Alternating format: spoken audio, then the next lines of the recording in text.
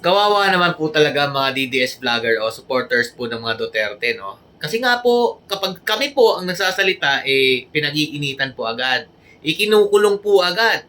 Pero yung mga kawatan dito po sa ating bansa, hindi po pa rin nakukulong, lalong-lalo na yung mga kongresista, yung mga malalaking tao na lantaran pong nagnanakaw sa ating bansa. Eto nga po mga Lodi, no? Hindi pa raw po pwede mag-bail. Ito po si Mr. Jason Sa. Bakit po ba? Parang cyber libel lang naman po ang kanyang kaso. Di ba bailable po yun? Bakit po naging hindi bailable yun? Ito po ang nangyari pala. May post po kasi ito si Fiscal Fred Nohara. Is this a typo error? While scrolling through my page, I came across this news article regarding the arrest of the former broadcaster. According to the report, the accused was charged with unlawful use of means of publication and unlawful utterances under the Article 154 of the Revised Penal Code as amended by RA 10591. Ayan po mga Lodi. The warrant of arrest issued by the RTC was attached to the news article, the screenshot of which appears below. I just want to correct this apparent error so as not to mislead the public. RA 10591 did not amend the RPC RA 10591 pertains to the Comprehensive Firearms and Ammunition Regulation Act.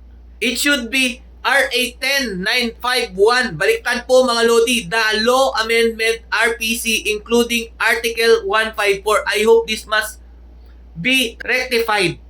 Yan po pala ang dahilan mga Lodi kaya hindi makapag-bail si Mr. Jason Sa. Ang kanyang kaso imbis na cyber crime law naging Comprehensive Firearms and Ammunition Regulation Act. Kaya naman pala. Tapos yung iba dyan, tuwan-tuwa pa. Nagkamali na nga, di umano, ito pong ginawa po nila kay Mr. Jason Sa, natuwa pa kayo? Ibig sabihin, palpak po pala yung pagpapahuli nyo dyan kay Mr. Jason Sa. O, sinong dapat mabalikan yan? O, yung gumawa po nito? O? Sino sisisihin nyo dyan? Mali yung pinaglalagay nyo. Bali-baliktad po. Kapag gagawa sana kayo ng gantong dokumento, sana naman klaruhin ninyo para hindi naman nagmumukhang kawawa yung hinuhuli po ninyo. Ginigipit nyo po masyado ang mga Duterte supporters, mga Duterte vloggers. Kapag Duterte vloggers o DDS vloggers ang nagsalita, papahuli nyo agad. Ipakukulong nyo agad. Basta kaming mga DDS vlogger, tinatakot nyo kami para hindi kami magsalita dito sa administrasyon na to. Yan po talagang gawain ninyo. Pero totoo niya, nasasaktan kayo dahil sa katotohanan. Hindi na kayo naawa doon sa matanda, hindi na nga makalakad ng maayos, hinihingal na nga, tapos ginanyan pa ninyo. Hanggang dito lang po muna, abangan po natin kung totoo po bang nagkamali po sila dito o magpapalusot na naman po sila. Stay safe and God bless you all. Kahit na anong gawin nyo, Duterte pa rin.